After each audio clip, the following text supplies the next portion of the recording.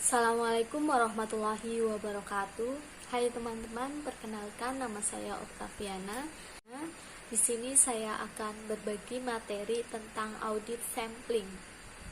Ya, lanjut saja. Yang pertama, audit sampling adalah audit yang dilakukan oleh auditor pada sekelompok unit sampel dan bukan berupa sensus atas semua dokumen yang relevan yang telah tersedia. Tujuannya untuk memberikan basis yang memadai bagi auditor untuk menarik kesimpulan mengenai populasi berdasarkan sampel yang diambil.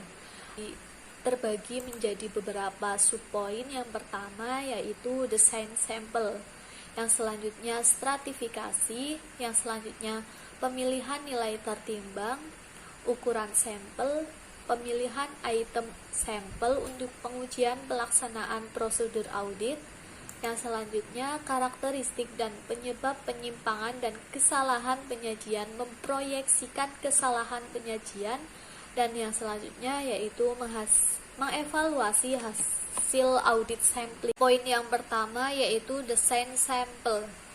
Audit sampling memungkinkan auditor untuk memperoleh bukti mengenai beberapa karakteristik dari item yang dipilih, guna untuk membantu penarikan kesimpulan yang berkaitan dengan populasi berdasarkan sampel yang diambilnya.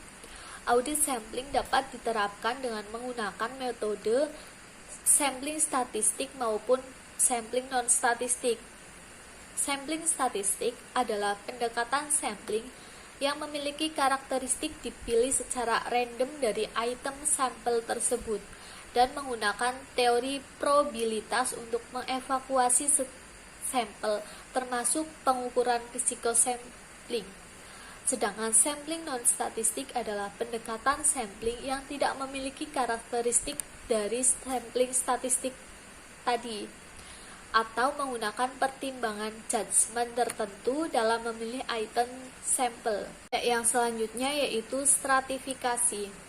Yang pertama, efisiensi audit dapat ditingkatkan jika auditor menstratifikasi populasi dengan membaginya menjadi subpopulasi diskrit yang memiliki karakteristik yang dapat diidentifikasi. Tujuan stratifikasi untuk mengurangi variabilitas item pada setiap stratum, sehingga ukuran sampel dapat dikurangi tanpa meningkatkan risiko sampling. Yang selanjutnya yaitu ketika melakukan pengujian detail, populasi seringkali distratifikasi berdasarkan nilai moneter. Hal ini memungkinkan pekerjaan audit dialokasikan lebih besar ke item yang nilainya lebih besar karena item tersebut mungkin mengandung potensi kesalahan penyajian terbesar berupa overstatement atau menyajikan akun dalam nilai rupiah yang lebih besar daripada nilai yang seharusnya ada. Yang selanjutnya yaitu hasil prosedur audit yang diterapkan ke item sampel dalam sebuah stratum hanya dapat diproyeksikan ke item yang membentuk stratus tersebut. Untuk menarik kesimpulan mengenai seluruh populasi, auditor perlu mempertimbangkan risiko kesalahan penyajian material yang mungkin yang berkaitan dengan strata lainnya dalam populasi. Misalnya, 20% item dari populasi mungkin merupakan 90% dari total nilai saldo akun. Auditor dapat memakai sampel dari item tersebut. Auditor mengevaluasi hasil sampel dan menarik kesimpulan dari 90% nilai saldo akun tersebut, sedangkan 10% sisanya selanjutnya dapat diambil sampelnya atau dianggap tidak material. Yang terakhir yaitu jika sebuah kelas transaksi saldo akun telah dibagi ke dalam strata, maka kesalahan penyajian diproyeksikan ke setiap stratum secara terpisah. Poin yang selanjutnya yaitu pemilihan nilai tertimbang.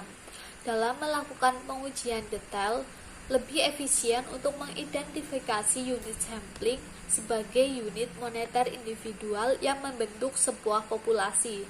Dengan memilih unit moneter tertentu dari populasi, misalnya saldo piutang dagang, Auditor selanjutnya dapat memeriksa item tertentu, misalnya saldo individual, yang mengandung unit moneter tersebut.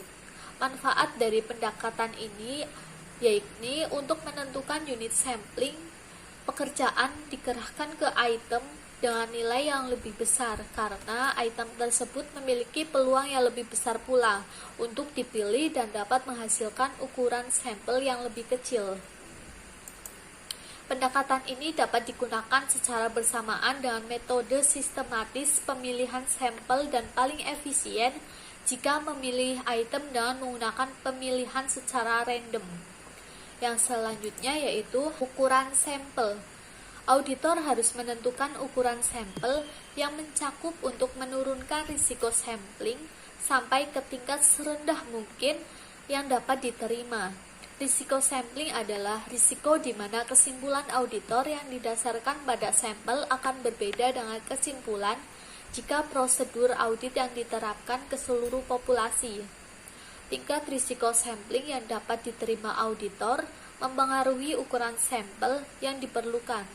Semakin rendah risiko yang dapat diterima auditor, maka semakin besar pula ukuran sampel yang diperlukan. Faktor-faktor yang mempengaruhi ukuran sampel untuk pengujian pengendalian. Faktor yang pertama yaitu peningkatan lingkungan pengujian pengendalian di mana penilaian risiko auditor memperhitungkan pengendalian yang relevan. Dampak terhadap ukuran sampelnya meningkat karena semakin tinggi tingkat keyakinan yang ingin dicapai auditor dari efektivitas operasi pengendalian, maka semakin rendah risiko kesalahan penyajian material dan semakin besar pula ukuran sampel yang diperlukan.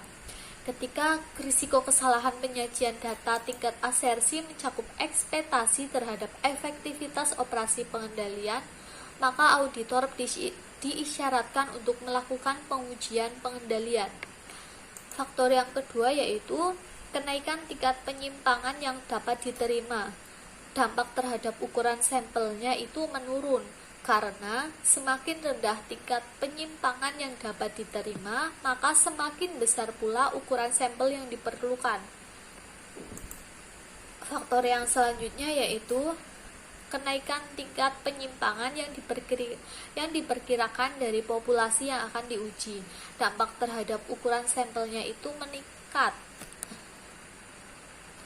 Kenaikan tingkat penyimpangan yang diperkirakan dari populasi yang diuji, dampak terhadap ukuran sampelnya meningkat karena semakin tinggi tingkat penyimpangan yang diperkirakan, maka semakin besar pula ukuran sampelnya.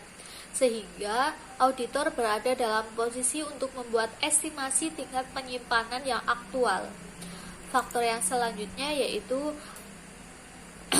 keadaan tingkat keyakinan yang diinginkan auditor di mana tingkat penyimpangan yang dapat diterima tidak melebihi tingkat penyimpangan sesungguhnya dari populasi. Dampaknya meningkat karena semakin tinggi tingkat kepekaan yang diinginkan auditor di mana sampel menjadi indikasi terjadinya penyimpangan real dalam populasi, maka semakin besar pula ukuran sampel yang diperlukan. Faktor yang selanjutnya yaitu bertambahnya jumlah unit sampling dalam populasi. Dampaknya dapat diabaikan karena untuk populasi yang besar, ukuran real populasi kecil dampaknya terhadap ukuran sampel. Namun untuk populasi yang kecil, audit sampling mungkin tidak efisien secara iteratif untuk memperoleh bukti audit yang cukup dan erat. Yang selanjutnya yaitu faktor-faktor yang mempengaruhi ukuran untuk pengujian detail. Faktor yang pertama yaitu peningkatan penilaian auditor terhadap risiko kesalahan penyajian. Dampaknya terhadap ukuran sampel yaitu meningkat karena semakin tinggi tingkat penilaian auditor terhadap kesalahan penyajian material, maka semakin besar pula ukuran sampel yang diperlukan. Faktor yang selanjutnya yaitu peningkatan penggunaan prosedur substantif lain ke asersi yang sama. dampaknya menurun karena semakin besar auditor mengandalkan prosedur substantif lain atau pengujian detail secara prosedur analitis substantif untuk menentukan risiko deteksi populasi tertentu sampai ke tingkat serendah mungkin yang dapat diterima. Faktor yang selanjutnya yaitu kenaikan tingkat keyakinan yang diinginkan auditor, di mana kesalahan penyajian yang dapat diterima tidak melebihi kesalahan penyajian real pada populasi.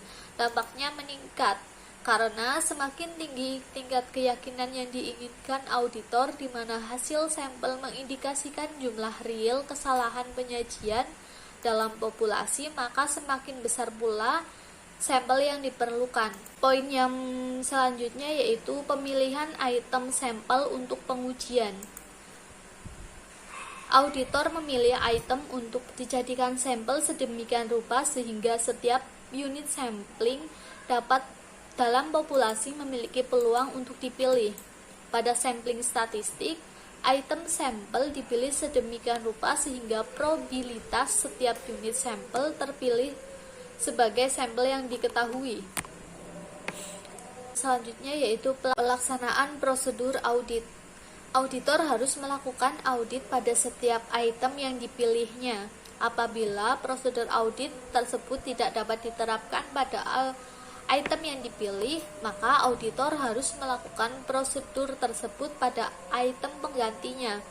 Jika auditor tidak menerapkan prosedur audit yang telah dirancang atau prosedur alternatif pada item yang telah dipilih, maka auditor harus memperlakukan item tersebut sebagai penyimpangan dari pengendalian dalam pengujian pengendalian atau kesalahan penyajian dalam hal penyajian detail.